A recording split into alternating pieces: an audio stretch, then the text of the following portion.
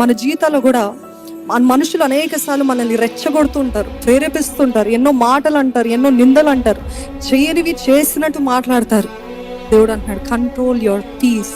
సీట్లో control your peace, control your emotions.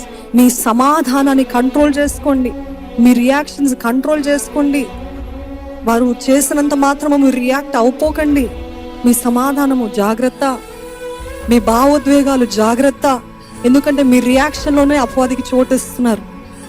మీరు ఎంత కోపంగా రియాక్ట్ అవుతారో అపవాది ఎస్ ఓడించేస్తాను, నేను జయం పొందేస్తాను. Yes I got her react, I got his reaction.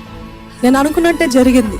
నేను వేసిన ఈ ట్రాప్లో పడిపోయింది, నేను సాధించాను అని అంటాడు. అందుకని యేసు ప్రభు ఒకవేళ ఇక్కడ మాట్లాడుంటే సిలువ ఎక్కుండేవాడు కాదండి. ఒకవేళ ఇక్కడ జవాబు ఇచ్చుంటే యేసు ప్రభు తన కార్యాన్ని ముగించుండేవాడు కాదు. ఈరోజు మీ జీవితంలో పర్పస్ ఫుల్ఫిల్ అవ్వాలా? మౌనంగా ఉండండి. ఈరోజు దేవుని ఉద్దేశము మీ జీవితంలో నెరవేర్చబడాలా? మౌనంగా ఉండండి.